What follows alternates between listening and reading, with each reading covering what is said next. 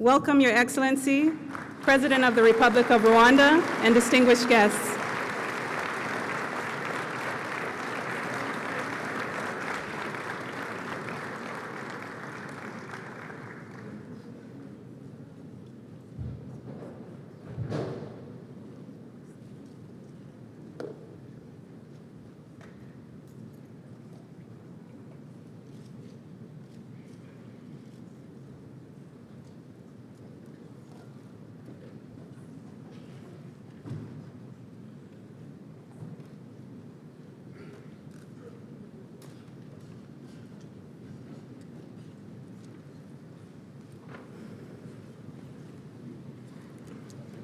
Please be seated.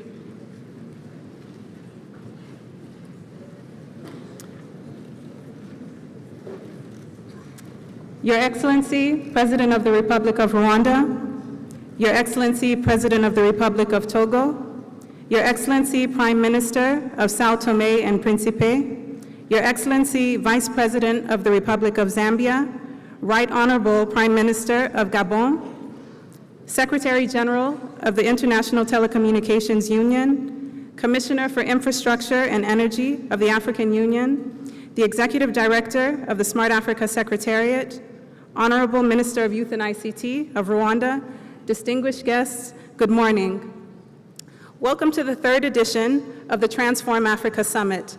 My name is Crystal Rujeje. I'm the Director of Business Strategy and Operations at Carnegie Mellon University, Africa. I'm honored to be your MC and moderator this morning. The theme of this year's summit is Smart Cities, Fast Forward. As you all know, Africa has experienced the highest urban growth rate during the last 2 decades. By 2050, Africa's urban population is expected to represent 60% of the total population. It is imperative that intelligent interventions are put in place to not only manage the rapid urbanization, but to accelerate our development agendas through the strategic investment of technology and infrastructure. At this time, I would like to invite the Executive Director of the Smart Africa Secretariat, Dr. Hamadoun Touré, to the stage to give us welcome remarks and set the tone for the next 3 days of thoughtful discourse and meaningful discussion.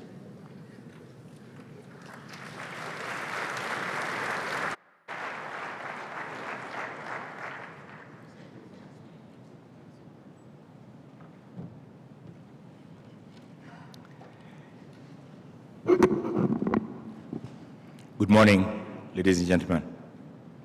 Your Excellency, President Paul Kagame, President of Rwanda and Chairman of the Board of Smart Africa Alliance, Your Excellencies, Heads of States and Governments, Excellencies, Prime Ministers, Excellencies, First Ladies, Heads of Regional International Organizations, Ministers, and government officials in ICT-related sectors, mayors of Africa's cities, delegations from Russia, Japan, and Korea, our esteemed entrepreneurs, private sector stakeholders all over Africa, and especially our young fellows present here at Smart Africa.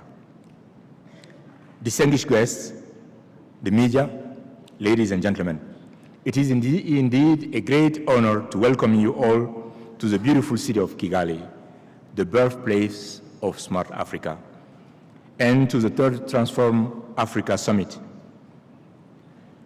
At Smart Africa, our goal is to consistently and sustainably usher Africa into a knowledge-based continent through the use of ICT.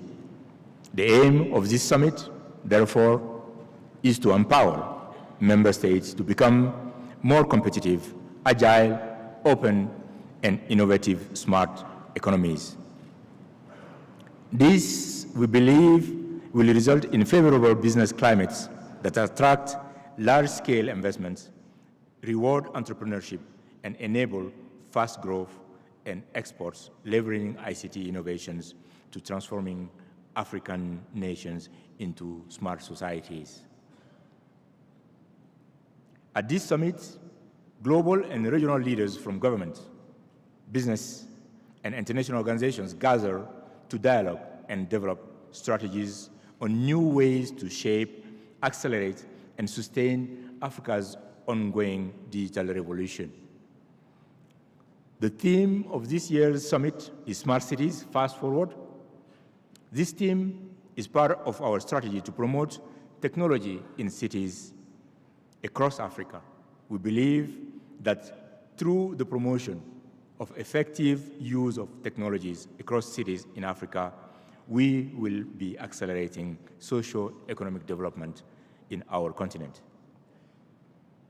Your Excellency, President Paul Kagame, with half of humanity, 3.5 billion people living in cities today, it is estimated that by 2030, almost 70% of the world's population will live in urban, and 95% of urban expansion in the next decades will take place in the developing world.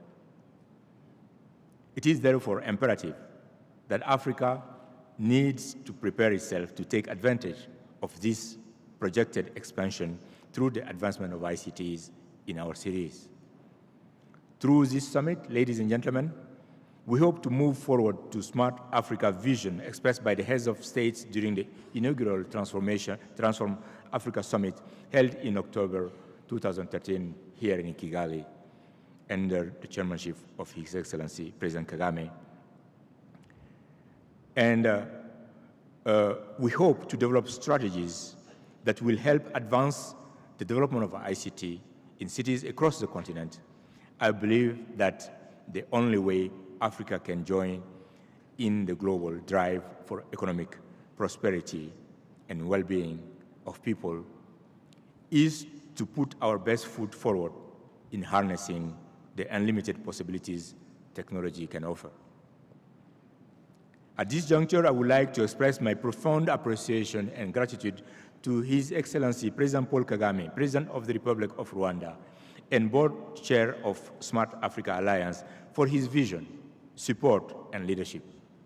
Today, the Smart City Alliance comprises of 18 member states, but more importantly, has great involvement and engagement by the private sector.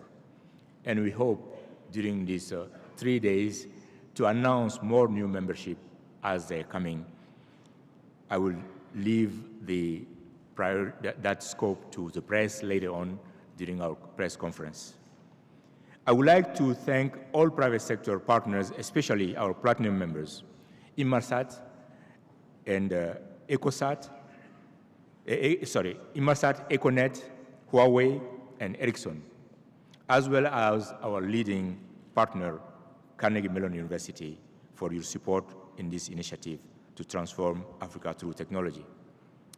Especially Inmarsat and Carnegie Mellon University are the two main sponsors of this event, and I would like to say a special thank you to them. Yes, please. Thank you. I encourage you all to prepare ourselves to be engaged, challenged, excited, and inspired within these few days as we look into various opportunities and new ways to build smart Africa cities on the continent. I truly believe that with the right policies, support, partnerships, collaboration, and implementations, ICT has a great chance of achieving significant socio-economic development for the African continent. The only way this can happen is if we as African countries decide to collaborate and work together as one. Before I hand over to the moderator, I'd like to reemphasize that the time has come to build, raise up, and transform African cities into smarter cities now. I would like to say a special word to our youth, the younger generation present in this room that gives us so much hope. And I can truly tell you that the leaders of our continent believe in you, believe on your innovative skills, and count on you for displaying those skills during this 3 days event here. I want to say once more, on behalf of Smart Africa Alliance, welcome to Africa's biggest digital gathering. And this week, I wish you a Smart City Life experience here in Kigali. Thank you very much, and good morning.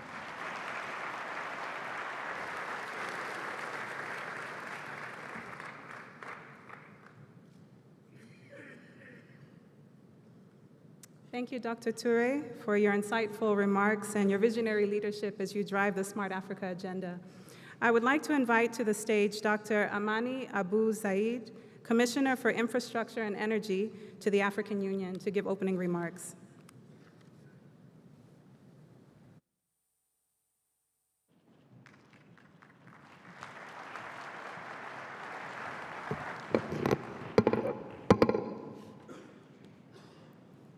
Your Excellency, Mr. President Paul Kagame, President of the Republic of Rwanda, Your Excellencies, heads of states and governments, honorable ministers, Your Excellency, Secretary General of the International Telecommunication Union, Your Excellency, Executive Director of Smart Africa Secretariat, distinguished mayors of Africa's cities, distinguished guests, ladies and gentlemen. It is with great pleasure to be with you today at the opening of this session of the Transform Africa 2017 Summit. Let me take this opportunity to thank His Excellency, Mr. President Paul Kagame, and the government of Rwanda for hosting us with profound hospitality in this beautiful and smart city of Kigali.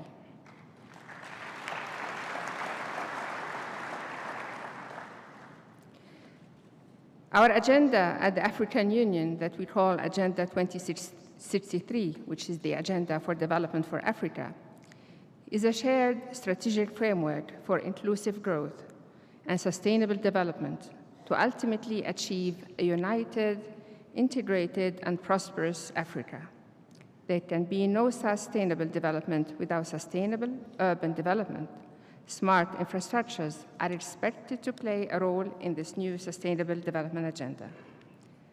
Smart infrastructure, as you know, provides the foundation for all of the key themes related to a smart city, including smart people, smart mobility, smart economy, smart living, smart governance, and smart environment. The core characteristic that underlies most of these components is that they are connected and they generate data which may be used intelligently to ensure the optimal use of resources and hence, therefore, improve the lives of people. Our program for infrastructure development in Africa, that we call PIDA, has estimated that corridor inefficiencies in the African Regional Transport Infrastructure Network cost over $75 billion per annum, which reduces Africa's interregional and international competitiveness. Africa's transport corridors should therefore be converted into smart corridors to reduce this cost, which in turn would help with regional integration of Africa, which is an aspiration for all Africans. In this regard, the African Union Commission has started working on the design and costing of pilot smart corridors for implementation. Taking into consideration the conference theme, Smart Cities Fast Forward, African cities are advantageously positioned to start smart city technologies, thus gaining a competitive edge. As you heard earlier from His Excellency, we have, for instance, limited legacy drawbacks. We have a large, youthful consumer population.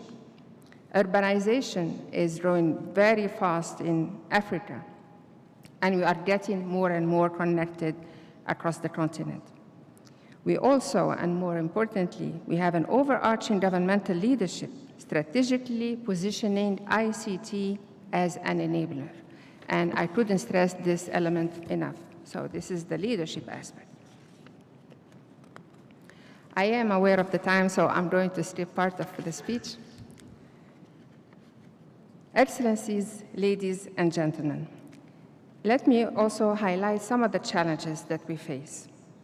There is need to localize smart infrastructure. A given smart city solution cannot simply be transplanted from one geographic region to another. Smart infrastructure concepts need to be made locally relevant and respond to local development skills and needs. Smart infrastructure also require pooling public and private resources through creative financing and public-private partnership models.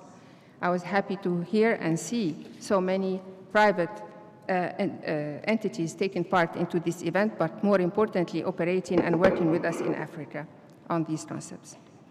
A smart city to be successful in its endeavors, human resources skills need to be available to ensure that all the different facets of the city are adequately and efficiently addressed. And you also heard about the good work that the university is doing in that regard.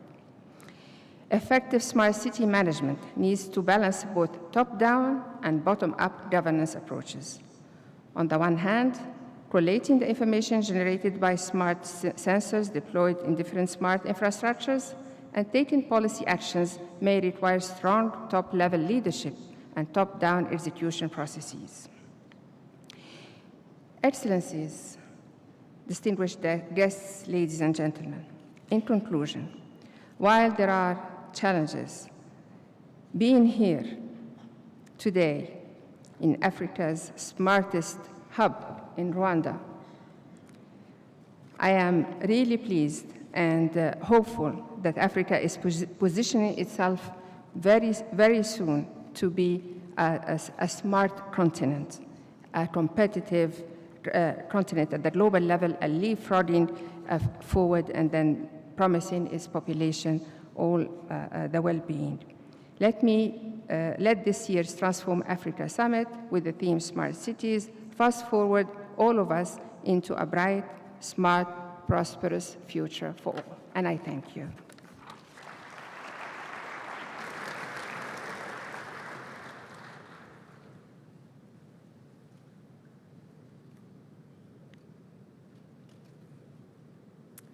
Thank you for your comments, Commissioner, and thank you for the great work that you're doing on behalf of the African Union. At this time, I would like to invite the Secretary General of ITU, Hulin Zhao, to come and give opening remarks on behalf of the International Telecommunications Union. You're welcome.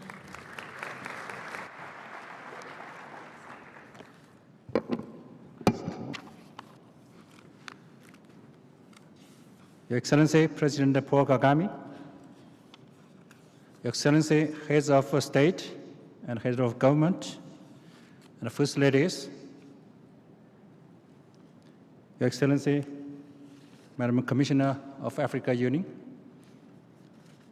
and also my dear colleagues, Your Excellency, Madam Irina Bokova, Director General of UNESCO, and another sister, Pongzila, Executive Director of UN Women, my Lords Mayors of Africa cities, businesses and civil leaders, innovators and entrepreneurs,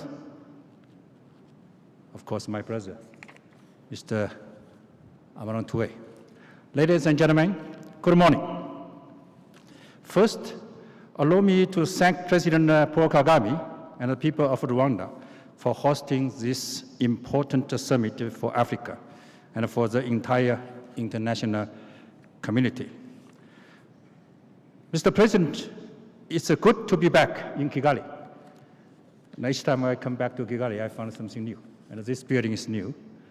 And the most impressive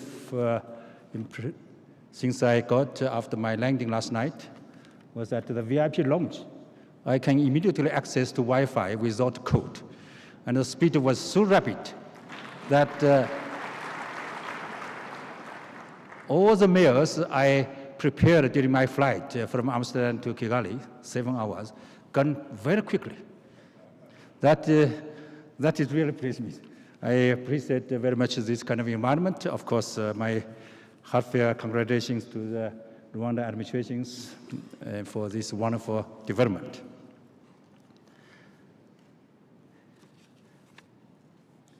You all come here almost 2 years ago to renew your commitment to transforming Africa through smart implementation and application of ICTs. And you have made tremendous progress. You have eliminated the crippling mobile roaming charges in most of East Africa and ECOWAS countries that are members of the Smart Africa Alliance. It is the first here. Africa is leading the way. Europe, ASEAN, as I heard from some others, and the other regions will follow. You have created the Smart Africa Scholarship Fund, which helps train a new generation of computer science and engineering Africa students. That's why I'm happy to see so many young entrepreneurs in this room today. You are called to play a big part in Africa's future. Alliance member states have also launched a host of innovative flagship initiatives for the entire continent. And there is the Dynamic Smart Africa Secretariat, located right here in Kigali. Yes, Africa's time is now, and I want you to know that you can count on ITU to promote Smart Africa and to join hands with all stakeholders to transform Africa. I stand before you today not only as the Secretary General of ITU, but also as the co-chair of the Smart Africa Steering Committee. This is a priority for me, and I won't stop until everybody realizes how game-changing ICTs can be for Africa and Africa cities, and what Africa leaders are doing to make this vision a reality. In this connection, I would like to appreciate, admire the efforts made by our President Kagame. As I mentioned the last time when I came to this event, President Kagame was invited jointly by UNESCO and ITU to co-chair a UN Broadband Commission for Sustainable Development. Since July 2010, every year we have 2 meetings, and President Kagame had never missed any of these ones, except the one, I think, except the one, that there was a government retreat that could not really leave his country. But anyhow, he came to all these meetings, and he's passionate for this ICT, and his campaign rules to lead Africa to use ICT to transform Africa is widely recognized. And I think that this is one of the reasons why ITU is also so passionate to associate with him for the Smart Africa project. I'm reminded of the speech that President Kagame gave at Amahoro Stadium on the 20th anniversary of the genocide against the Tutsi. He said, 1, we chose to stay together. 2, we chose to be accountable to ourselves. 3, we chose to think big. He's right. We need to think big. Urbanization can bring huge social, economic, and environmental transformations. At the same time, nowhere is the rise of inequity clearer than in urban areas. ICT can and will change that. Energy, housing, transport. ICT can help provide opportunities for all. It's one of the Sustainable Development Goals, SDG 11, to make cities and human settlement inclusive, safe, resilient, and sustainable. Let me just also advise you that in this room, I have seen more than 8 broadband commission for sustainable development, 8 commissioners in this room. So I think that that is also good to make, that commissioners from all over the world find these opportunities to show our solidarity with our Africa development. United means everybody. Women and girls must have an active role in transforming Africa, in building Africa's tomorrow's smart cities. Bridging the gender-digital divide is an absolute necessity. At ITU, we work hard to bring more women and girls online. Just last year, in New York, together with my sister, Benzilia, the executive director of UN Women. I have a lot of sisters. I have a sister from UNESCO, Madam Irina Burkova. Together with Young Women, we launched Equals, a partnership which aims to make women and girls equal participants in the technology revolution. I know that similar initiatives here at the summit have the same goal, and I want to thank all the First Ladies present here today for leading their support and dedication to this objective. I said that united means everybody. ICTs and smart cities must help provide opportunities for all. But united also implies trust. With opportunities come responsibilities. If we are to realize the full potential of innovation in areas like smart cities, we all need to work together to build trust and security in the use and application of new technologies. This is true in Africa, where ITU is actively assisting many countries. It is true everywhere. It is important to remember that Africans own their future. It is up to all of you, Africa public and private sector leaders, to lead Africa development. And ITU, we will be here to help, and it is very important for me, because we believe in partnerships, innovative, strong, concrete partnerships. I want to take this opportunity to thank the Executive Director of Smart Africa, Dr. Amaran Toure. This is not my sister, it's my brother, for his leadership. Africa is changing fast.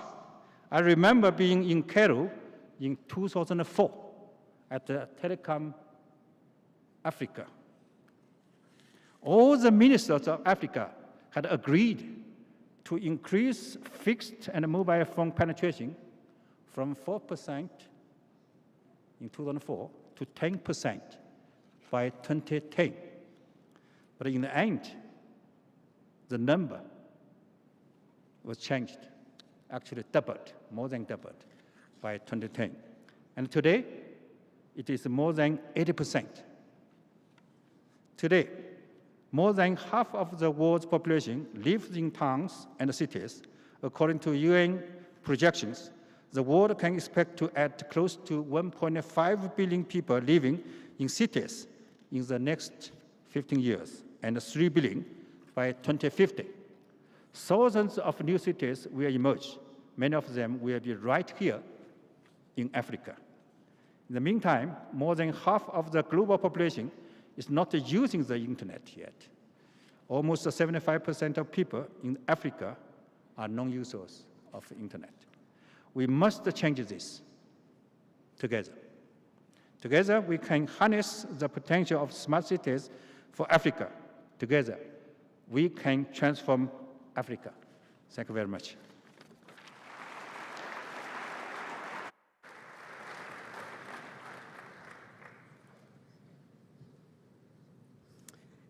Thank you, Secretary General. I think we all know here that ITU has been an instrumental partner of the Transform Africa Summit and the establishment of the Smart Africa Alliance. We thank you for your continued support. So we've been hearing a buzz about an Africa Smart Cities blueprint, and our next speaker will be unveiling the plans for the blueprint. Please join me in welcoming the Honorable Jean-Philbert Nsengimana, the Minister of Youth and ICT.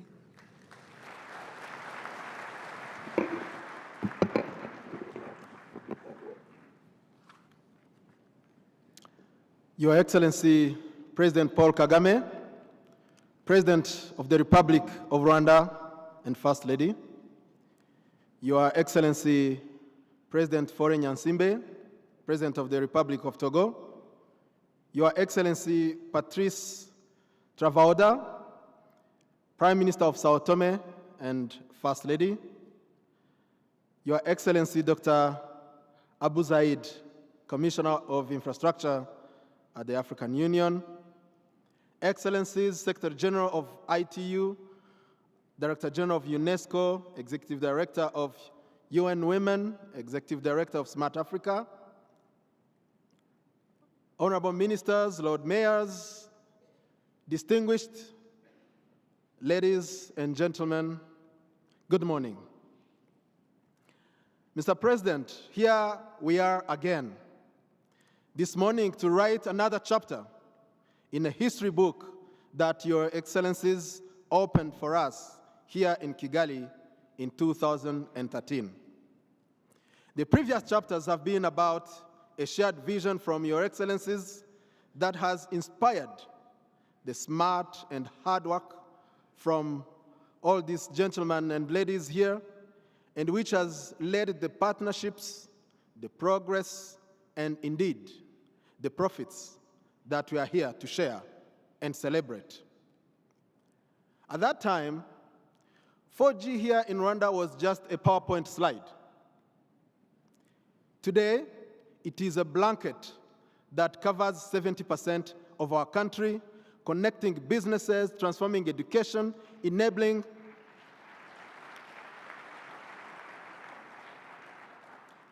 paperless and cashless real-time 24-hour-by-7 government service experience for citizens and businesses. At that time, drones were drawings in primary school textbooks.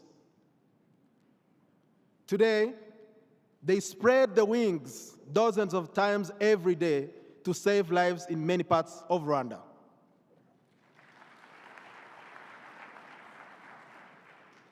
In 2013, calling Nairobi or Dakar was costing as much almost as going there. Today, calling Libreville is just calling the next door. The previous chapters contain dreams and aspirations of an entire young generation being given a platform to come true. And true to that spirit, I'd like to salute the very first session of this summit we had this morning, hosted by Her Excellency Jeannette Kagame, First Lady of the Republic of Rwanda and Chairperson of Imbuto Foundation.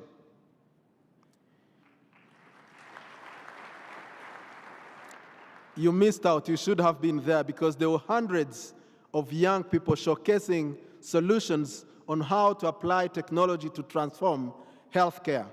Thank you, Madam First Lady. Smart Africa has become a printer. It is a printer of dreams. It's a printer of dreams of an entire generation of young Africans.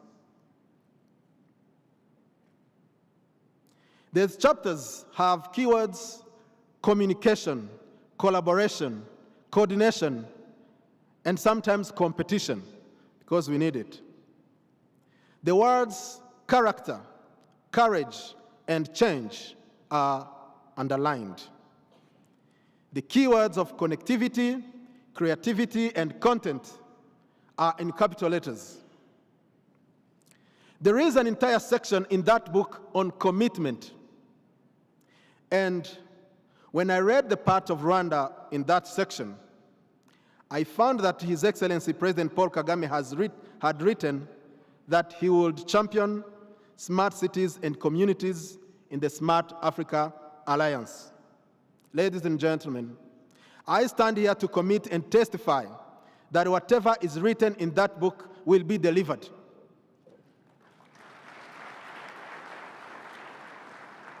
And I have evidence to prove that. I have evidence. May I request that a short video be played, please?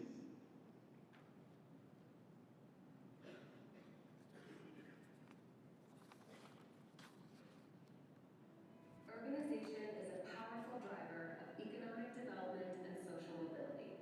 It is also a catalyst for technological progress, as we see in cities globally. Africa is no exception. We are already home to the world's fastest growing cities. It is estimated that half of Africans will be living in cities by 2030. This irreversible trend is fundamentally positive for our continent's prosperity. However, urbanization has dramatically increased demand for more services and infrastructure. Nowhere is this gap more evident than in African cities. When the Smart Africa Alliance identified flagship projects to kick off the implementation of the manifesto, the Smart Cities project was led by the government of Rwanda. Today, we are launching the Africa Smart Cities Blueprint that cities across the continent can use as a guide as they embark on their own smart city initiatives.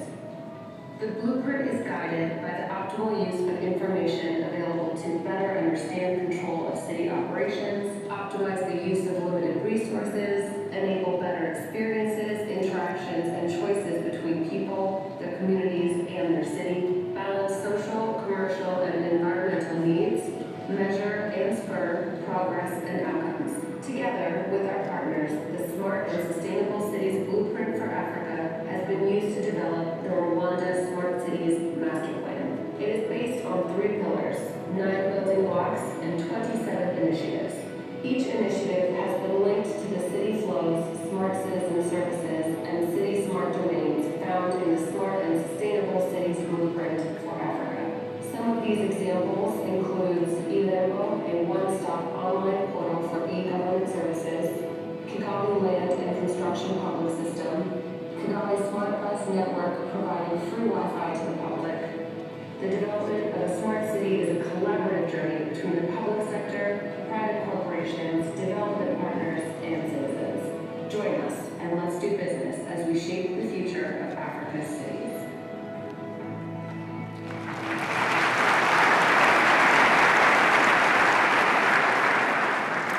Ladies and gentlemen, the books you saw on the video are here, not just in black and white, but actually in full color.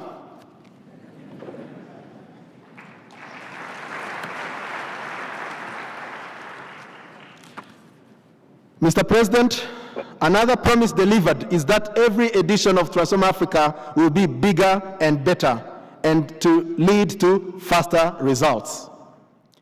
You have in front of you, Mr. President, and counting more than 3,800 delegates that include 30% women. I think we need to do an improvement there.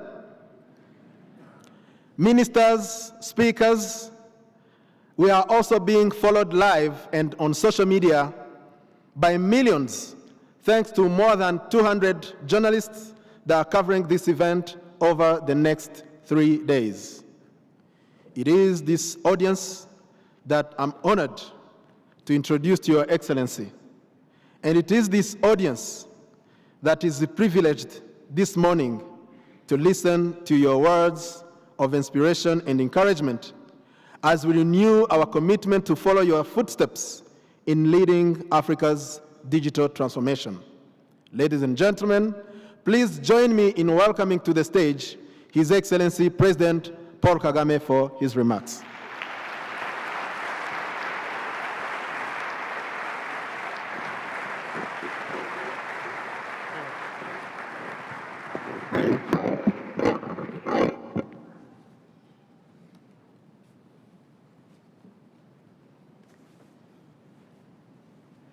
Excellencies, heads of state and government, and first ladies, honorable ministers, heads of delegation, among us, happy to have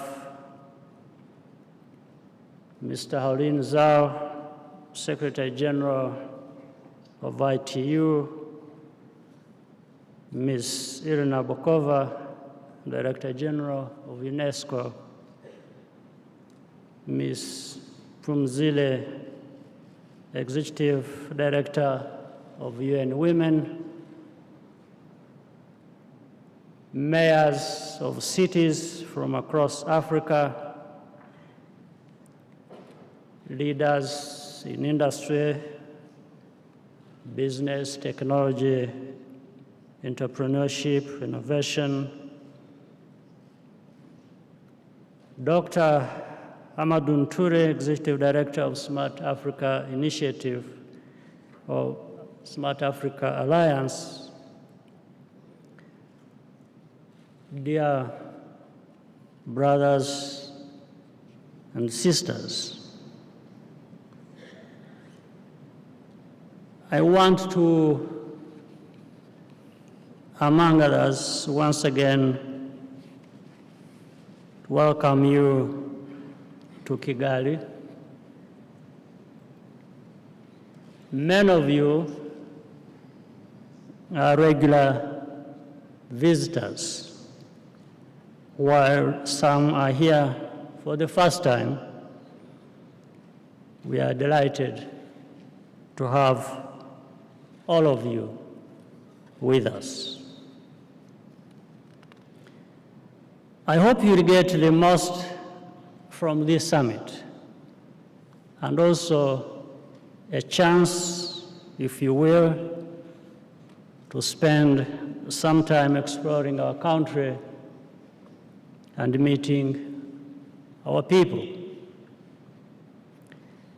Let me thank the members of the Smart Africa Alliance, now comprising 18 member states, for their commitment to Africa's digital transformation agenda. The private sector and university partners are an essential part as well of this effort, and I welcome them and thank them for their support and their engagement is really appreciated. I would like once again to thank Dr. Hamadoun Touré for his leadership of the Smart Africa Alliance, in particular for building strong partnerships between the governments and the private sector.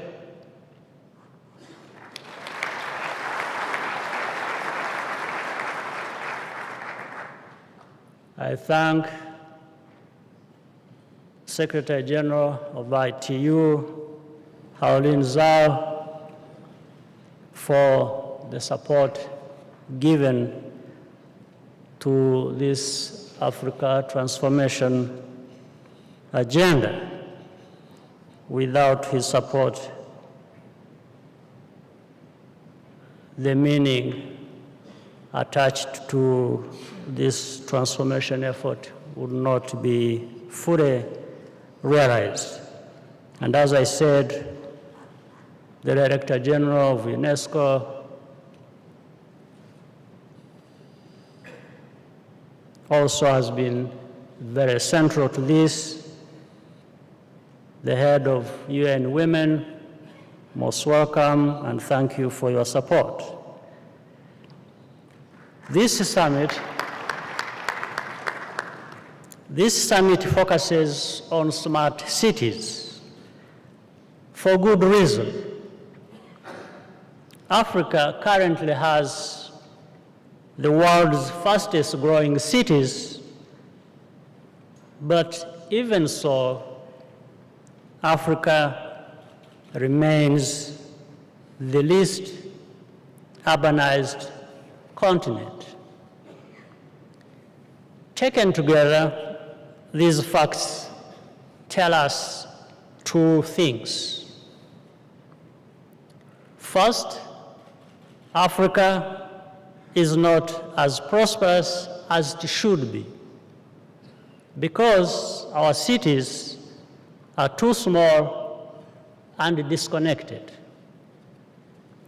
Second, this situation is changing rapidly, and Africa looks to emerge as one of the planet's great centers of growth, innovation, and opportunity in the generations ahead. However, we cannot take this trend for granted.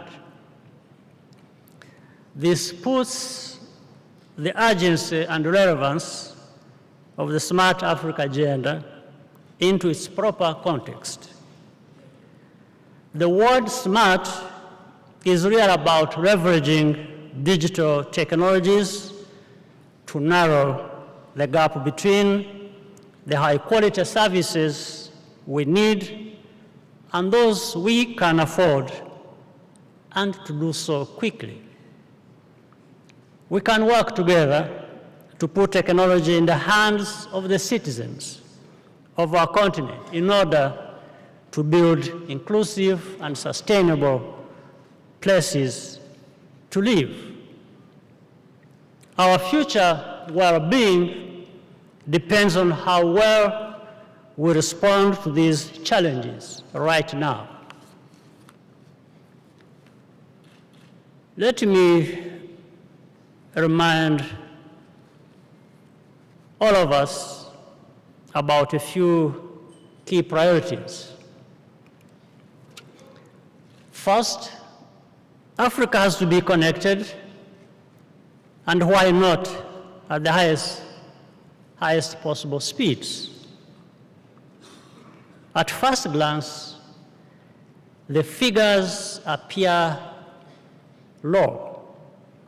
Only 20% of Africans have internet access, and there are only 3 years left to meet the Broadband Commission's target of 50%. However, this must be regarded as an opportunity for stronger public-private collaboration. In Rwanda, for example, our partnership with Korea Telecom has already served to speed up our progress toward the broadband target. Second, we must deliver on technology's promise to bridge divides rather than deepen them. That begins with the digital gender divide. So long as women and girls are lagging behind, then we are not on the right track. Access to technology and information must also not distinguish between rich and poor, or between urban and rural areas. If technology is entrenching divides rather than equalizing opportunity, then we are not harnessing it well. And there will be surely negative consequences to follow from that. We have to make sure and make use of the combined talent, know-how, resources, and decision-making power gathered here to open up new pathways of productivity and inclusive growth for our continent's rapidly expanding cities. Technology is a powerful framework for bringing diverse stakeholders together to define challenges and find solutions as we see in this room. Transforming Africa, after all, means transforming Africans by enabling a practical mindset of problem solving and discovery. The focus on people is the starting point around which we can build everything else, including the infrastructure and systems required. This goal can only be achieved by all actors working together, with the private sector taking the lead and governments fostering a conducive environment for innovation and investment.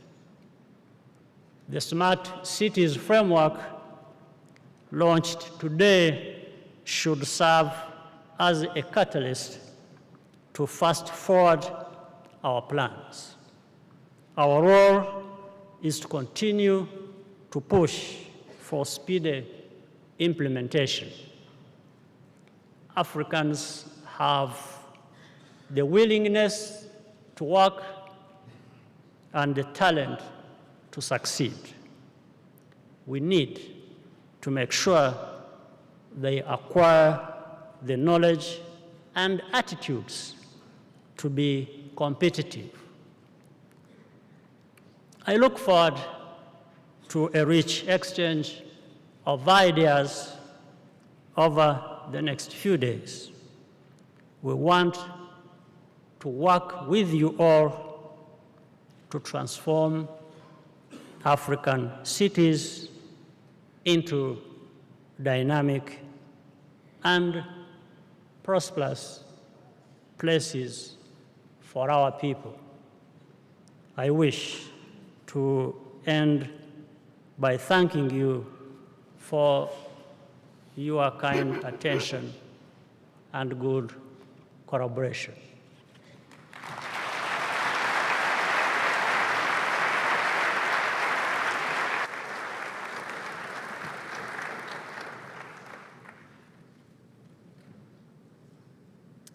Your Excellency, thank you for honoring us with your presence this morning, and thank you for those insightful and forward-looking comments.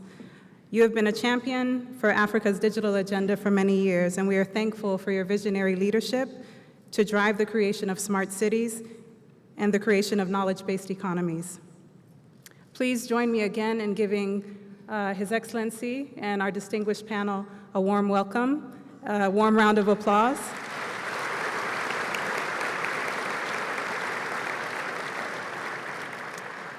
So at this time, we'll transition into a panel discussion. I would like to invite our guest of honor, Your Excellency, and the distinguished speakers to join us in the audience. And I would also like to ask our panelists to prepare to join us on the stage.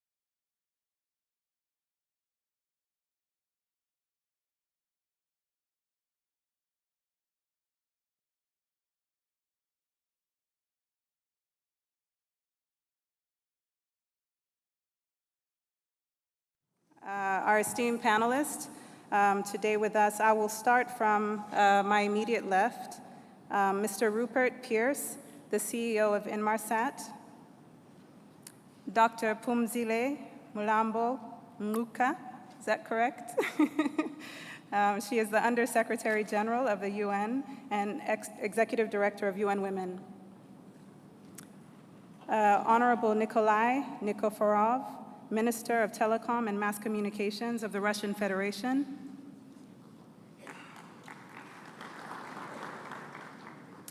Dr. Irina Bokova, Director General of UNESCO.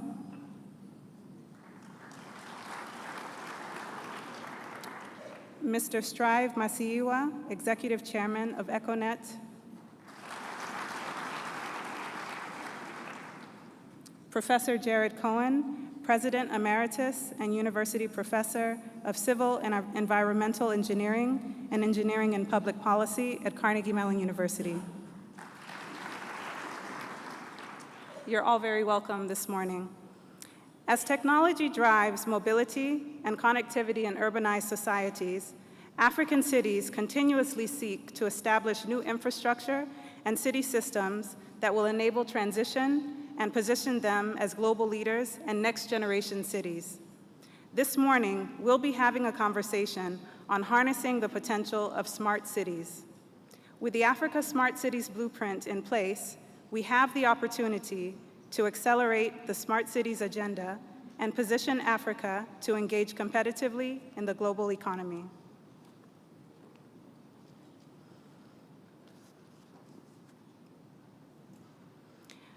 We have a distinguished panel of experts representing various sectors, and I would like to kick off the discussion with our private sector leaders.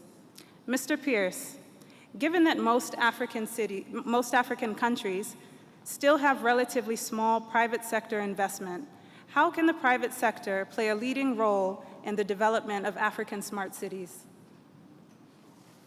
Good morning, everyone. First of all, may I say what a privilege and an honor it is to be asked to participate in this very, very important conference, this thought-leading conference for Africa. And Inmarsat, as a platinum sponsor, is delighted to contribute in helping its success. I think it's easy to underestimate the interest of the private sector in working with the public sector on long-term infrastructure projects. Inmarsat is a very good case in point. We're absolutely delighted to work in a strategic manner with the public sector, with nations, and with supranational bodies like the United Nations and UNESCO, like the World Bank, to achieve long-term outcomes for the benefit of all. I think one of the strengths of the Smart Africa Alliance and the Smart Cities Initiative is that it is thinking holistically. It's not just thinking about getting public sector structural money in, it's thinking about how that enables a vibrant private sector. And that vibrant private sector will feed into innovation over the infrastructure, which will lead to exponential gains, leading to a richer, more diverse society, and to the export of technology globally. So I think without the two coming together, we won't really make the most of this Smart Cities Initiative. But I don't think it's particularly difficult to bring people into a room like this and figure out how we can collaborate. Thank you. I'd like to now turn to Mr. Masiyiwa. What are the security and policy implications to be considered as we develop key technologies such as IoT for smart cities? As a leader driving private sector growth in Africa, what policy recommendations would you give to address the exponential growth of disruptive technologies?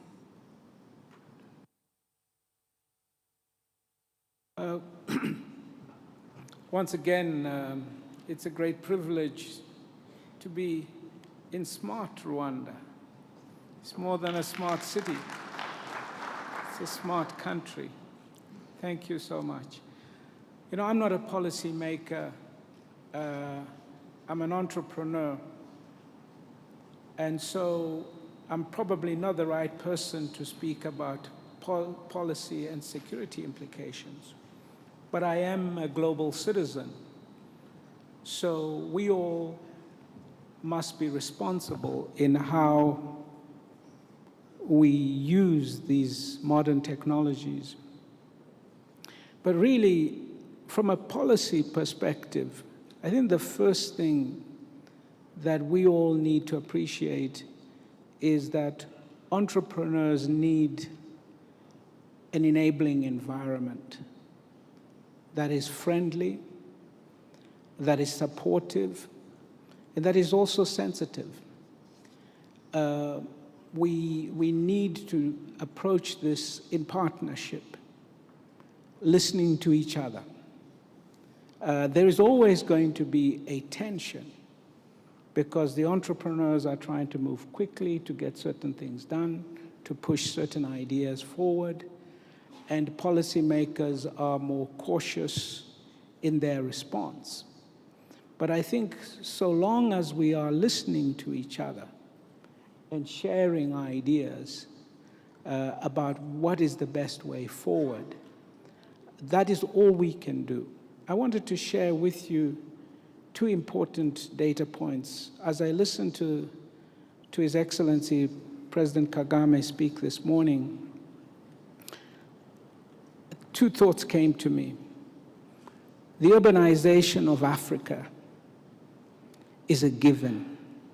It is not something we are going to be able to control. During this century, Africa's population will probably be about 40 billion people by the end of this century. If you think of those numbers, there will be at least 15, 20 cities the size of Lagos today. There will be massive cities on the African continent. And it's a young continent, young people, vibrant. So, and if we talk about the data consumption we are seeing today, it's nothing.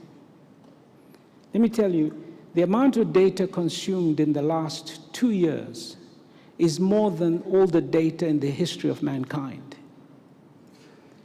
If you look at a household in a developed country today, they're already at 400 gigabytes a household. Our best consumptions at the moment are only about 10 gigabytes per household. And that's our highest consumers. So we are just beginning. We're just at the beginning, which means that the level of investment that needs to take place, the level of collaboration, we really have to step up. Thank you.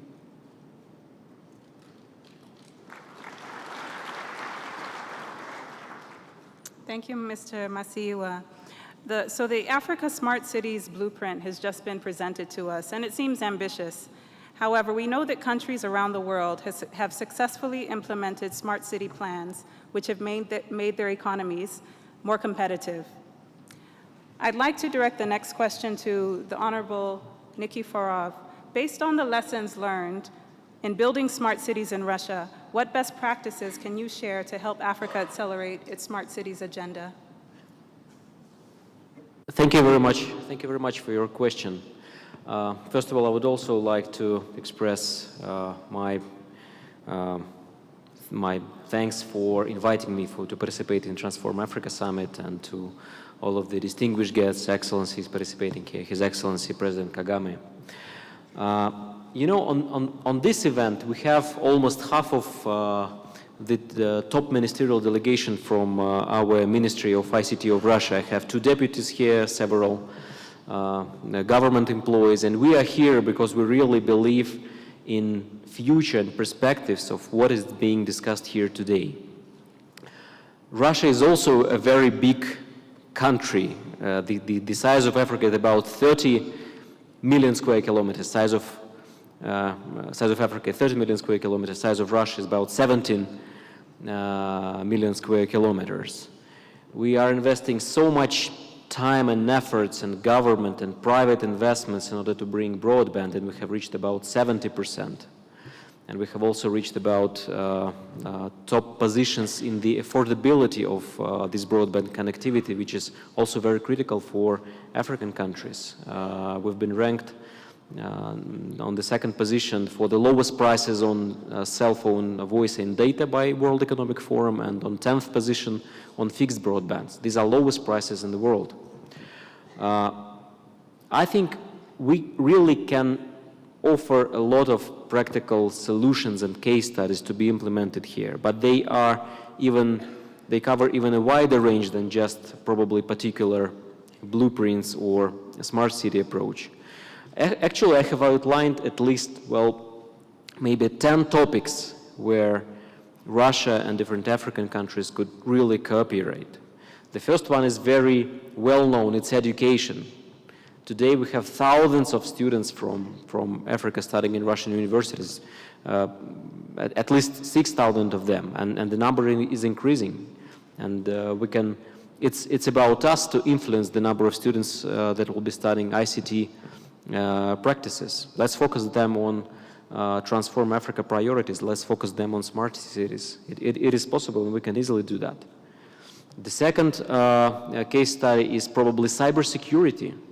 The more digital we become, the more dependent we become on these different digital technologies. And you can never rely just on one particular vendor, one particular type of equipment, or one particular software, because you will be just got very much dependent on these solution providers. I always say that, well, when you have, for example, one search engine that occupies more than 50% of your market, or one mobile operating system, or one type of hardware that covers more than 50% of your network, you are in trouble because you are getting dependent. You really have to keep this balance, and I think Russia is a wonderful partner here to cooperate in this area. It's also software, because, well, all the smart cities programs are about software, and we have some very huge expertise in the low-level software, in those parts of software that are responsible for different IoT programs and other infrastructural components of smart cities. Also, we don't have to forget just the level of internet governance, because we so much rely on internet infrastructure. We have to keep our mind on the critical internet infrastructure. We fully believe that nations do have their own legislation, the national specifics of legislation. We are different countries, we have different history, we have different ethnical groups, and we have different legislation. And internet has no boundaries, but still the internet services and the internet legal transactions, they happen in this or that particular jurisdiction. That is why we have to keep in mind how the national legislation is being supported on the particular internet segments of this or that country. We also can bring a lot of expertise in what is called e-government or public services. In Russia, over 52% of public services are being delivered online. People no longer go to any government offices and really get these services online. Especially an interesting case about smart cities is a special federal government information system that delivers information about 50 million different households of Russia. And it's a federal law obligation that every Russian citizen has the right to log into a certain information system and get all the data about each particular household. All the services delivered, all the payments that are being made, and this information has a necessary legal status. Also, it's the process of migrating to, I think, digital television.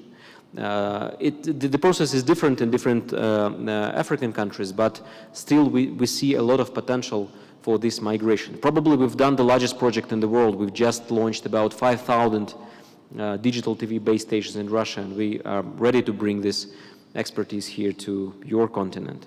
Also, it's distance healthcare, distance learning. A lot could be done in promoting e-commerce through national postal systems, and I believe governments should also play a stronger role here, because probably national postal operators is our only way to, control and promote e-commerce, which is also a wonderful topic for Smart Cities and Transform Africa project. And why not also to cooperate in the area of digital content, in promoting the new ways of content distribution, media, music, even online games. It all has a lot of business potential and should be implemented in these areas. So to finalize my broad answer to this specific question, let me once again remind that Russia really believes in this type of cooperation. We have a lot. We have a lot in education. We have a lot of different programs and efforts that are already being done. And please believe in Russian Federation and in particular Russian companies as your close friends that are eager to help and are eager to get very much involved in those projects that you are running here. Thanks again for inviting us.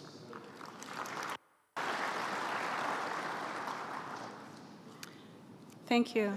The private sector is known as an engine for economic growth, and the government has a clear role to play in creating an enabling environment. However, academia isn't often included in the development of public-private partnerships in Africa. Professor Cohen, how can we design effective multilateral partnerships to drive the Smart Cities agenda? And how can we leverage Africa's untapped research potential to catalyze innovation and growth? Thank you, Crystal, and thanks to everybody for including us here.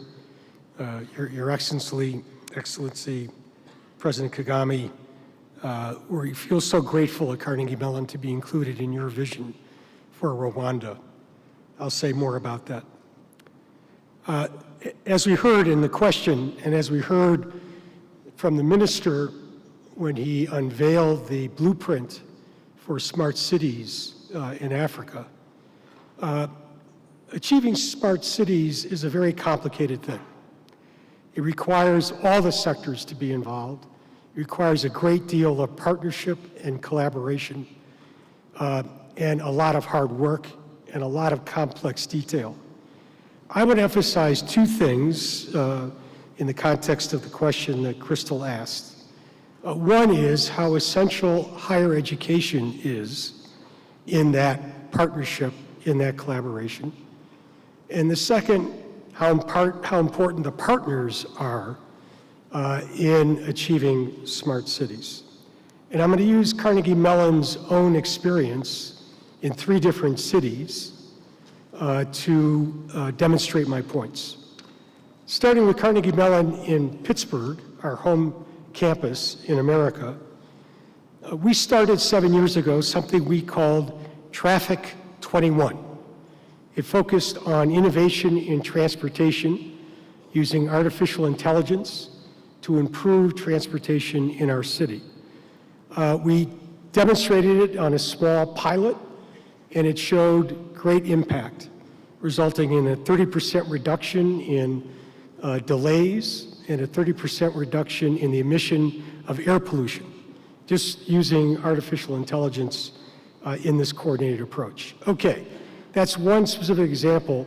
This grew into something bigger and more impactful, which resulted in part in Uber, the big ride company, announcing that it had chosen Pittsburgh as the place to put its new engineering research center on driverless vehicles, and the city of Pittsburgh as a place to demonstrate these driverless vehicles. Now, there are a lot of steps between this kernel of the idea of Traffic 21 to Uber choosing Pittsburgh, but the point is this would not have happened if it were not for Carnegie Mellon, the people and the research that we produce and do. That's what drew Uber.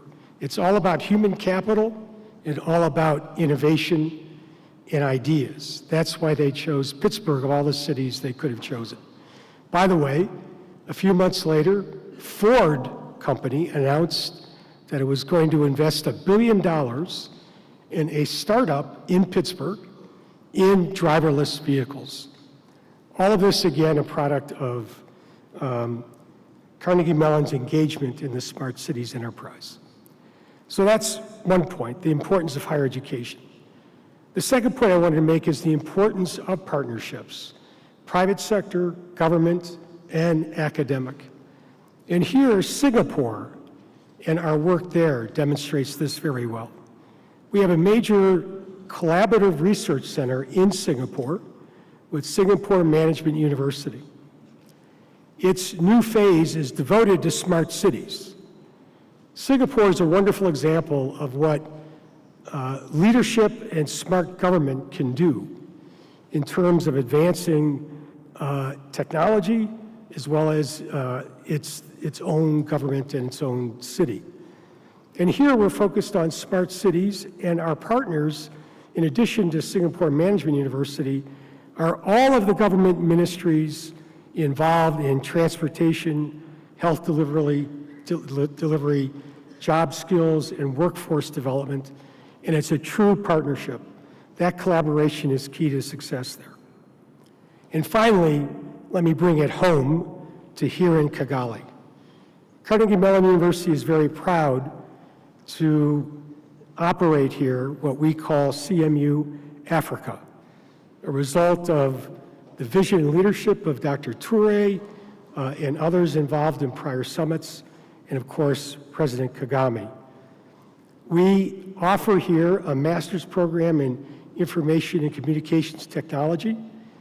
At our graduation next year, we will award degrees to our 100th student in the 4 years we've been operating. And our incoming class in the fall will be 80 new students, drawn from the East Africa region. Here is a great example of both points I wanted to make: the importance of higher education and the importance of your partners, the government especially in this case. And we will be launching a Smart Cities research agenda here in Kigali, focused on how you can use cell phone data to build a data that will support transportation planning, on distributed power generation, and on the food, energy, water nexus, as we call it. You cannot produce energy without water. You cannot use water without using energy. And of course, they both bear tremendously on our ability to produce food. So, higher education is crucial to achieving the Smart Cities agenda. Government, industry, university partnerships are also essential. And Carnegie Mellon is demonstrating that all over the world, including here in Kigali. Thank you very much.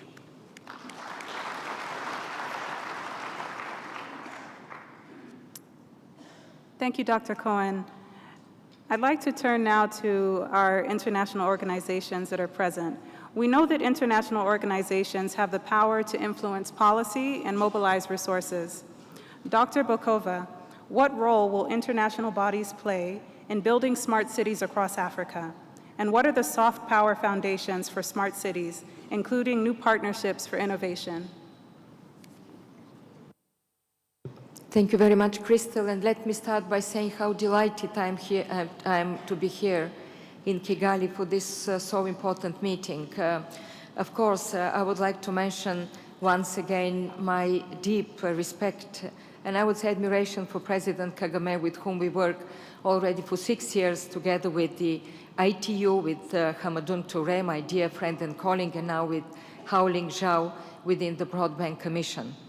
And when I was listening this morning to you, Mr. President, I was thinking about the impressive development of your country, of Rwanda, an excellent example that things may change, that there may be an amazing transformation if there are 3, I would say, conditions. The first is the leadership and vision. The second is to have a very clear strategy and plan. And the third, to have partnership and the right investment. And I think here in Rwanda, you have all of 3. And that is why the country is moving in such an impressive manner. But also, I would say, enlarge it also for Africa. The strategy Africa Rise of the African Union, the vision of Africa within the Agenda 2030, the leadership and also the partnerships, the very strong drive between the private sector and the government is, I would say, a good testament that things are changing. And coming here to this forum, working within the Broadband Commission all these years, where we have discussed, of course, the new technologies, the way new technologies change lives of people, and also, I would say, the other side of transforming people, what President Kagame just mentioned, investing in people is something that is so critical even once again for this forum. Because new technologies have a deep meaning, they're the means, but unless you invest in people, unless you educate people, unless you create the right skills, unless you educate girls, you bridge the digital gender divide, and I'm sure that Phumzile also will speak about that, my dear friend and colleague from UN Women. What we have shown within the Broadband Commission with the last report that we presented to the Broadband Commission about bridging the digital divide, unless we look at how we leverage the Agenda 2030 from all the 17 development goals, we will not be in a position to advance. And coming to the cities, because we are speaking here about smart cities. I remember when within the United Nations system we were discussing how to, in fact, include the urban development in the Agenda 2030, because it is complex, it is multifaceted, it is about transport, it is about health, it is about education, it is about investing in people, it is about environment, it is about water management. At the end of the day, member states, and we decided to make a separate goal, it's goal number 11. And this is where I believe we can leverage all our different mandates in order to make this happen. Last year during the Habitat Conference, the big Habitat Conference in Ecuador, in Quito, we made a contribution, a very specific contribution of UNESCO. It is about culture and urban future. We presented a very, I would say, profound report in order to show that you cannot have inclusive cities without also look at how culture in its broad term leverages cities as a friendly environment, at protecting and preserving heritage in many of the African cities. There are quite a considerable heritage, and I'm not going very far in order to mention this. We have created a network of creative cities where we have in Kinshasa and Lubumbashi and Dakar and others in order to develop their strong creative industries which create inclusiveness but also create jobs and economic growth and make cohesion, social cohesion. We should not forget that when we speak about connectivity, we should think about local content. This should be understandable to the local people. Cities are diverse. And the fact that more than half of the population, 70% we are moving further on in 2050 will live, of the world's population will live in cities here in Africa also. We should not forget this diversity. So how we respect this diversity, how we bring this local content, how we make children learning from the very early on, either in their mother tongue and then moving to another language, how it's the history, how is it a local content, is critical in our view. And the last point I want to make, of course, picking up from what the professor from Mellon Carnegie University said, it's of course about higher education. I would bring it back, it's about education, all the cycle of education. Higher education is critical. The quality of the higher education and skills, of course, is critical for Africa moving on into the 21st century. And UNESCO is working with the, I would say, dozens of African universities. We have introduced, and we have 2 years ago, a very important amendment to the Arusha Convention on mutual recognition of diplomas in Africa in order to encourage the mobility. This was also our contribution. But I would say looking at the whole lifelong learning, the cycle of education is critical if we want to create knowledge-based societies with the development, of course, of new technologies.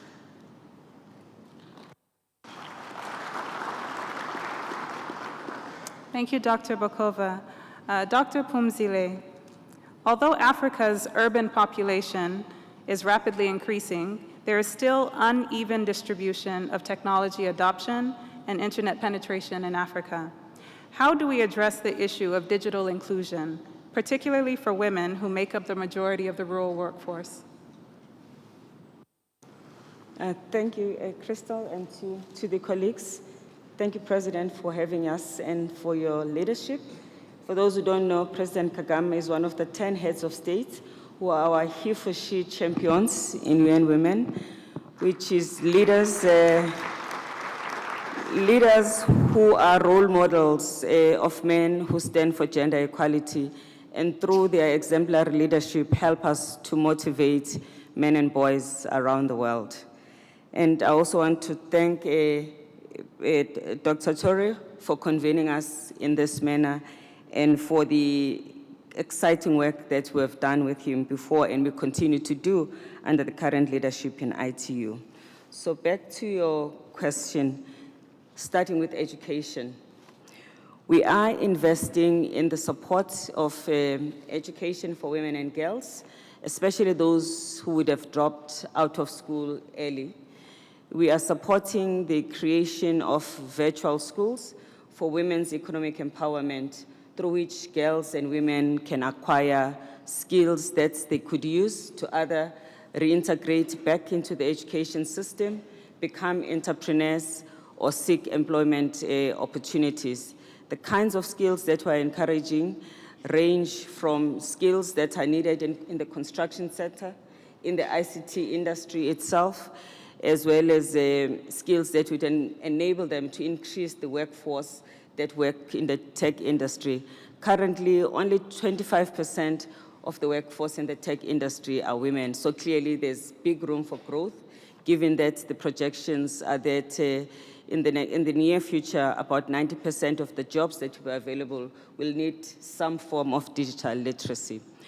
We are also testing the empowerment of women in rural areas through the use of technology for them to sell and to encourage them to produce, especially women farmers.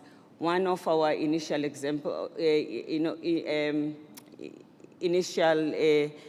pilots is here in Rwanda, actually, where we have a mobile-based app which facilitates procurement from women. It is open source. It provides a connection between women who are producers, provides them with a profile and information that is needed for them to access markets, provide information to bankers and to financiers. And we've seen within less than a year, those women producing and benefiting in terms of the income that they've generated from $60,000 in 2016 and $65,000 in 2017. This is also made possible by the collaboration with government, collaboration with the World Food Programme, collaboration also with the smartest women I have seen, because the fact that women are rural does not mean that they are not smart. They know how to make the money, keep the money, and not give it to the guys. So that is also a big advantage. Thirdly, we have an initiative with ITU where we profile role models in the tech industry. It is called GemTech. These are awards that aim to profile and as well as encourage those that are already in the space to remain in the space, but also to share their experience and expertise with other interested and potential younger people. But our experience is that data is very important.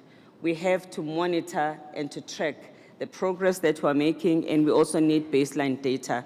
And one way in which we have done that is to conduct a study which we've just started with the World Wide Web Foundation, with the Alliance for Affordable Internet, and ourselves, UN Women, where in these 18 countries that are part of the Smart Africa initiative, we have discovered that 16 of them with data that is easily available, 5 of them actually are using the Universal Service Agreement funds to take on projects that are supposed to encourage the bridging of the gender digital divide. We cannot say for sure that all of the projects are exactly doing that, but certainly they have the Universal Service Agreement funds. They are using them for initiating some activity, and we are going to do ongoing work in order to find out and drill down to the numbers so that we can have disaggregated data.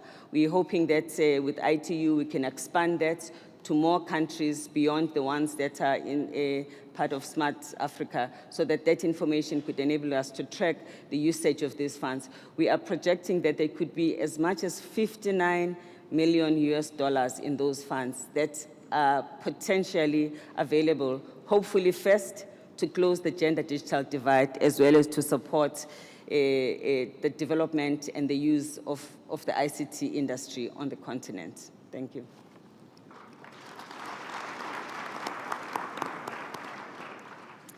Thank you, Dr. Phumzile, and thank you to all of the panelists here. Because of our time constraint, I think at this time I'd like to invite the audience into the discussion. If the protocol officers could make sure that there's some microphones circulating in the room, I think we'll have time to take a round of 4 questions.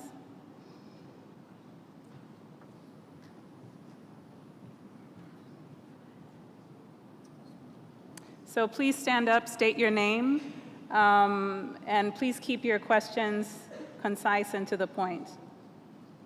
So there's someone on this side.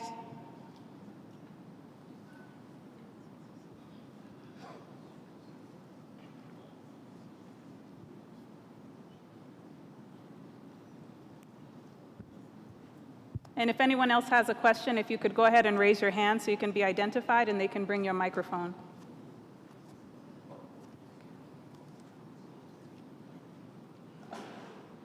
Good morning. My name is Karanveer Singh, and my questions and comments are directed towards His Excellency President Paul Kagame. So you may recall 2 years ago at the last Transform Africa, I asked you a question. I said, how can one stay in Rwanda? And you said, we have allowed many people to come. I don't see why we will not allow you. So I just wanted to say that today I call Kigali my home.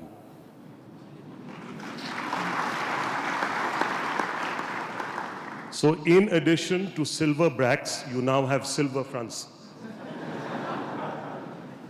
The other thing, sir, I wanted to say is, I'm not sure if the entire audience is aware, but according to the World Economic Forum, Rwanda was rated as the 9th safest country in the world.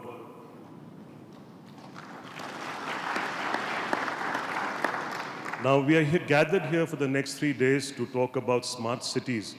But what I wanted to request you is, if it's not safe, we are not being very smart.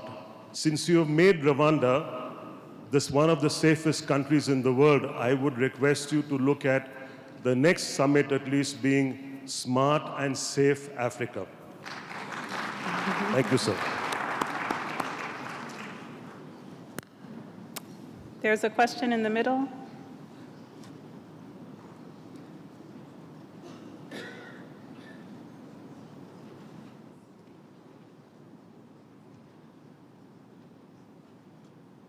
And if someone could also give the microphone to the gentleman on the left side of the room. Hi, my name is Paulina Jaramillo. I'm a professor at Carnegie Mellon. And I guess I have a question for the entire panel.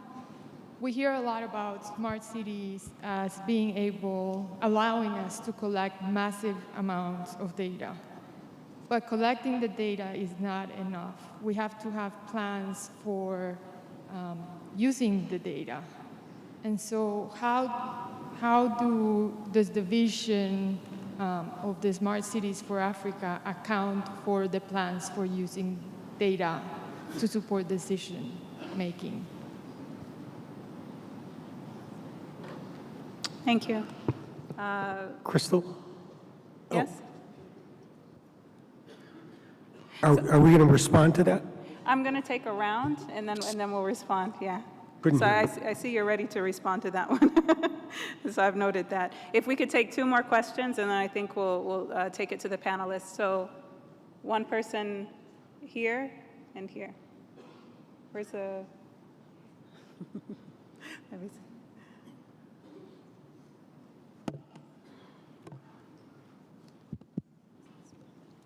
Thank you very much, Excellencies.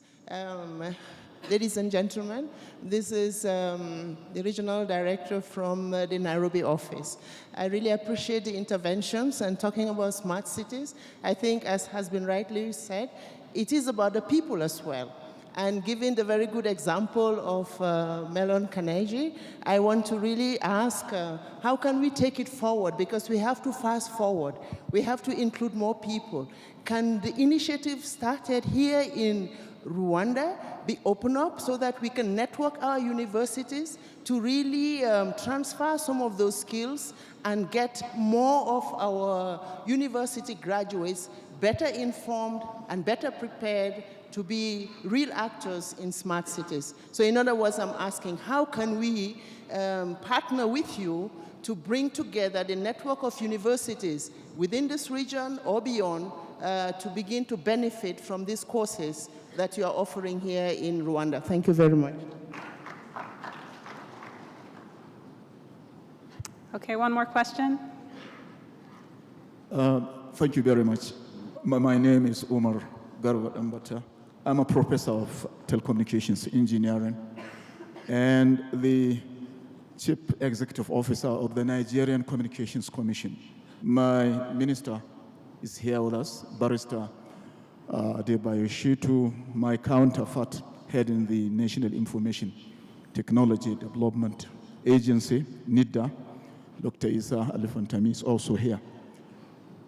As a regulator, I experience a huge challenge, a challenge of how we can drive the smart initiatives. One critical challenge is infrastructure. Since assumption of office 2 years ago, Nigeria has been trying to deploy the necessary infrastructure needed to drive the smart initiatives. And I've not heard anything from the panelists on how we can effectively do this.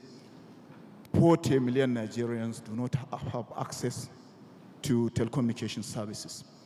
We know where these access gaps are, but we have challenges plugging them.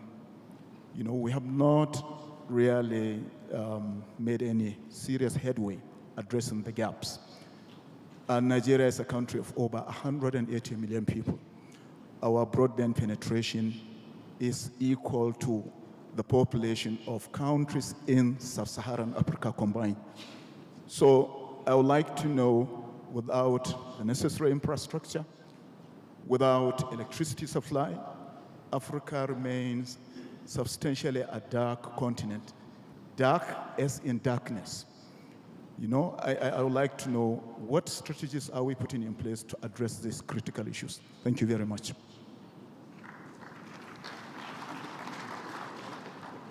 Thank you. So let me just summarize. I think we can start with the last question that was posed. So with the obvious infrastructure gaps that are there, how do we start talking about smart cities before we fix these critical infrastructure gaps? So that's one. Would anyone like to take that question? Sure. It's the perfect question for Africa. We've discovered in the course of the last 2 hours, listening to all the eminent speakers, that connectivity is infrastructure, that in order to have a modern society that's going to make the most of the enormous talent, the youth, the ingenuity, the educated of Africa, the diverse economies of Africa, in order for those to thrive to their maximum extent, those economic units have to be connected. And therefore, we have to think of broadband connectivity as a crucial human enabler. And as we've discovered, it enables not only enterprise, but education and healthcare and everything that goes with a society that functions. And I would also, partly in answering the first question, say that connectivity plays a huge role in delivering a safe and stable environment as well. Safe both in terms of ecological issues, in terms of pollution management and traffic management, but also safe in terms of being the fundamental force that enables the security of borders, dealing with terrorism, sharing information around threats, and of course dealing with humanitarian or human disasters when they emerge, whether they might be weather-related or conflict-created.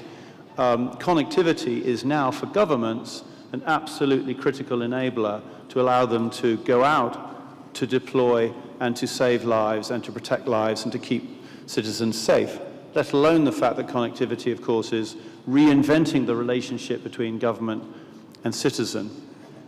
And there are the electronic ballot boxes being circulated in Africa right now, enabling people to vote for the first time.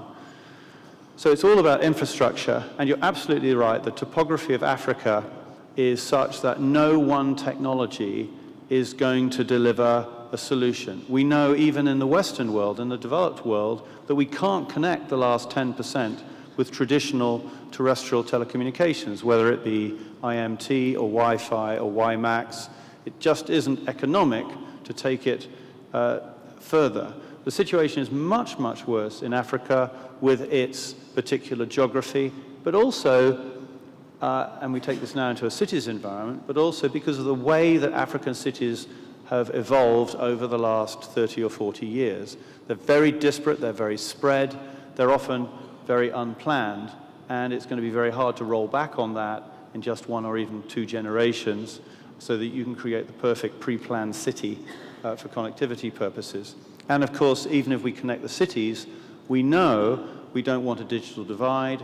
We know that we need to roll out connectivity across the rural and semi-rural areas as well, let alone rolling into the seas and to the skies as well, so that the entire economy is enfranchised. So I think what we're going to see, however, is the use of different technologies working together. And I think the future for the digital society in Africa and in the Western world is going to be the use of complementary technologies using open standards to create not just heterogeneous networks that will go much further than they could on their own, but also technologies that can be a fallback. Because once we invest in a connected world, once we learn to live with the city around us functioning in increasingly autonomous ways, whether it's intelligent transport systems or smart education or electronic government or smart grid networks, those networks can't go down. If they depend on connectivity to function, the connectivity can't go down either. And so we're going to have to think about layers of security in our connectivity solutions that complement each other. It's one of the reasons, by the way, why Inmarsat as a company is so interested in smart cities. For the 40 years of our history, we have been the guys that provided connectivity in remote areas. Satellites are able to go anywhere. We have supported the maritime industry for many, many years. We're now supporting passenger connectivity on aircraft, and we have gone into remote areas for many, many years to provide mission-critical communications. Our broadband communications today operate at 50 megabits per second and will be 300 megabits per second by the end of next year. So why are we talking about smart cities? The answer is because the resilience that comes from satellite connectivity is now an absolutely critical part of two things: connecting cities in a very resilient way and extending that coverage, extending that capability much, much deeper than ever before. Now, we're not industries that have learned to play nicely with each other today.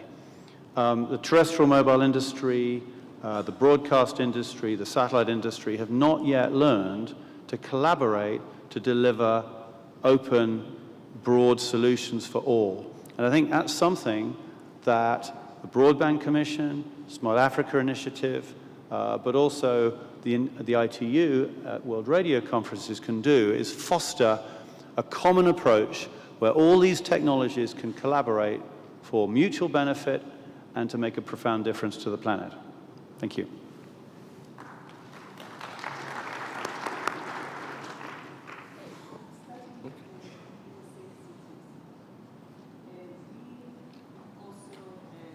I think it's not on.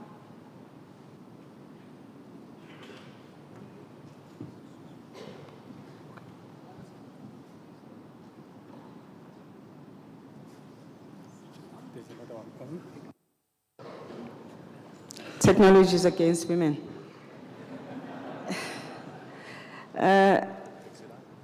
Good. Well, we have a program called Safe Cities, and Kigali is one of the safe cities, which we now also want to overlay with smartness, so that we've got safe and smart cities, as the speaker was saying over there. And the safe cities include cities like Cairo, Kigali, of course, Mexico, New York, Delhi. And in many of the initiatives undertaken in the smart cities to make cities safer for women, a lot of apps are actually being developed by citizens, brought forward to authorities, and these apps are actually used to report incidences of violence against women much easier. They are also used to surveil areas that are known to be dangerous. In the process of that, women actually learn how to use technology because they need to use the apps so that they can benefit from the advantages that they bring about. So there's definitely a nice overlay between a city being smart and being safe and being women-friendly. And this is something that we're keen to spread in many more cities around the world, working together with Habitat. And I think Smart Africa is the national partner for us for this regard. And just a little bit about infrastructure. Clearly, there is a stronger case to make about collaboration between private sector and governments when it comes into investing in infrastructure, because many of the infrastructure needed for telecoms is quite expensive, is long-term, and in some cases where private sector takes a short-term approach, wanting to gain and benefit from its investment much sooner. This isn't always, I found when I was Minister of Energy in South Africa, that wasn't always a priority for private sector. And at the same time, it is too much for government to do it alone. So a collaborative, long-term approach that brings together government and private sector is one of the important breakthroughs that are needed in countries. You will find that transportation infrastructure, energy, as well as telecoms and water as the backbone industries is actually critical to make the countries to be as productive and as beneficiary to the citizens as possible. And a case also has to be made for greater support and incentivizing of investors to provide off-grid infrastructure, so that, as it was said, where connecting and extending the grid is more expensive, we are able to use more renewable energy for water, for energy, for telecoms, as well as to use more wireless technology, so that while we wait for the other more comprehensive, more expensive infrastructure, we take advantage of the technology that already exists. And I think that would be smart for both cities as well as for rural areas to consider to the extent possible already. Thank you. Thank you. So why don't we just go down the line and you can answer whichever question that you wish to, okay? Thank you. I wanted to make a quick comment, a quick statement on the question about data collection. I was thinking about it, and my statement is that it is not enough just to collect data, and it is not even enough to use data in this or that way. It is also necessary to think about how we really store this data, because this data becomes more and more sensitive. Yesterday, it was about personal data, and everybody knows what is it. But today, it's also about big data that is being gathered and stored in many different ways and actually shows how our life is going. Where are we going? Who do we meet? What type of information do we use? And this is a very sensitive question, especially because of the differences in national legislation. I was also trying to outline it in my statement during the panel discussion. In Russian Federation, we really invest a lot in building data centers.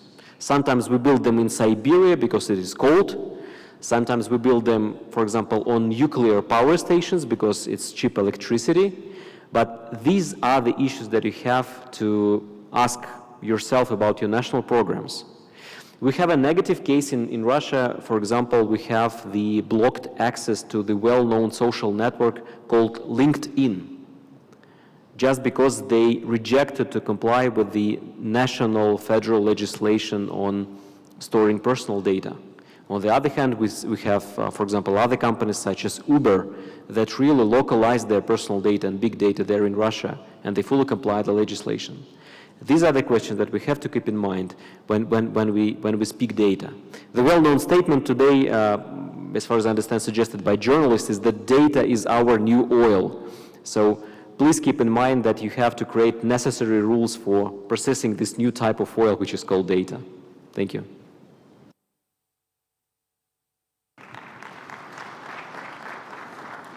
I just wanted to comment on what my honorable colleague from Nigeria said, the question you posed. You know, 17 years ago, almost to the day, I met President Obasanjo in Abuja. He had invited me to talk about telecommunications in Nigeria. And he made me an offer which he has publicly said before. He asked me to be partner with Nitel, the Nigerian fixed line operator. He said, can you fix Nitel? It had 400,000 telephone lines in a population then, I guess, 150 million people. And I said, no, Mr. President, this is not going to work. What you need is to create a framework so that we, the private sector, can come in with capital. He said, if we have an auction, will you participate? I said, yes. And you know the story, the famous Nigerian Texas shootout, when we had a 3-day auction and our company, Econet and MTN, emerged with the licenses and we paid $285 million each. Today, more than 150 million people in Nigeria have a phone in their hands. That was the partnership that was built out of that framework.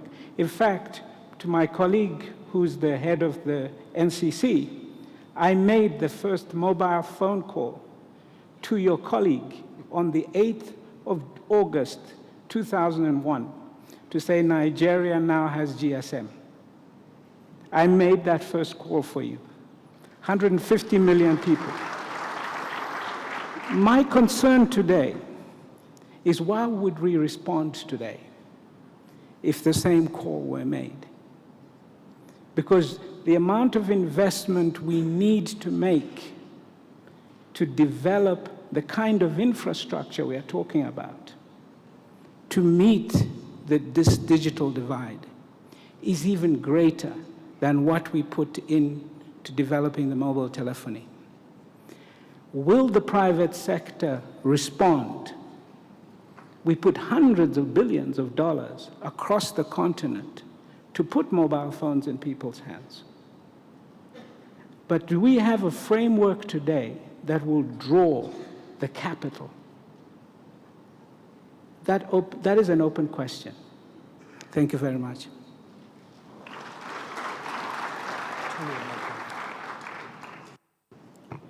And I'd like to address both the data question and touch on some of the other questions also in what I have to say. I think there's a very important point that we all have to keep in mind, but especially our government leaders, and I'm looking at the two presidents here, and that is that smart, as in smart city, is not a goal in and of itself. In the same way that infrastructure is not built because we just want infrastructure. I don't lay a pipe because I care about pipe. I lay a pipe to deliver water to people who need it, or to take waste away from people who generate it. In the same way, smartness is not an important quality in and of itself. It's what it can produce for our society, economy, for our cities, and for our nations. Indeed, the blueprint that was unveiled today recognizes this by emphasizing the importance of key performance measures. But this is on you, on government leadership, working with the many stakeholders and communities to identify what those measures are in as much clarity as possible. Because if you achieve that clarity, that will create an efficient process for achieving smartness. If you don't do that, I think there's a lot of time and money that will be wasted. And this goes to my colleague Paulina's question about data. I think we really have to ask ourselves first, what is it we want to know? How would we use data if we had it? I think it's very important to identify those questions in advance. And then finally, being an academic, I can't help saying, of course, higher education, the question we heard before, is crucial. And we have to look to the government, especially, to recognize that and to support it. With that support, I have no doubt that we can create necessary partnerships among older established universities and the newer ones here in Africa to the benefit of all.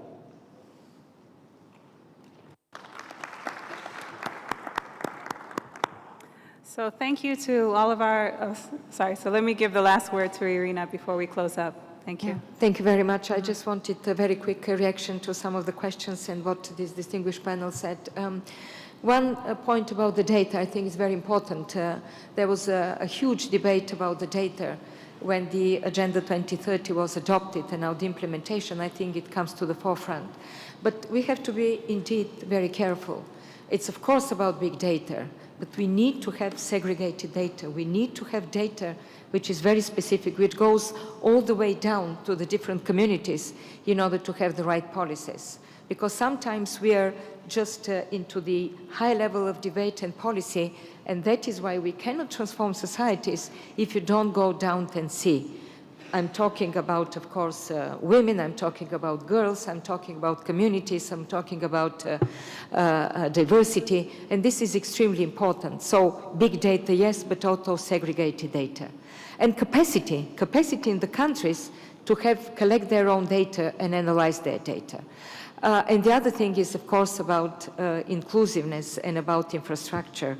And I would like to commend, of course, the blueprint which was presented here, which is extremely interesting about the smart cities, which recognizes that investment in infrastructure is also investing in people. And I think this is very important, to develop the human capital, because whatever technology we have, without developing the people, without empowering them, without educating them, without giving them the potential, the knowledge of how to use this, including for solving the development, including for competitiveness, for innovation, it won't be achieving its goal. So when we speak about investment in infrastructure, I think, and we have to invite the private sector also to invest massively in people, in education, in skills. When I say massively, massively, Africa needs a massive investment in education and skills for its young people. So I think smart cities in this forum will come with a very strong message on this. Thank you.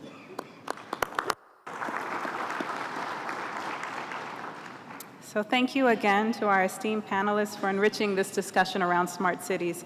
Over the next few days, we'll be digging deeper into these discussions and hopefully building partnerships that will accelerate the smart cities agenda. Before we conclude, I have a few announcements. One is that all members of the press are invited to a press conference with Dr. Toure and the Minister of Youth and ICT at the venue AD11 at 2 p.m. And the other announcement is that we have some slight changes to the program, so please refer to the website for the latest program and to know when your next session is starting. Your Excellencies, thank you very much for honoring us with your presence this morning. And thank you to all of the guests that are here with us today. I wish you all a successful summit.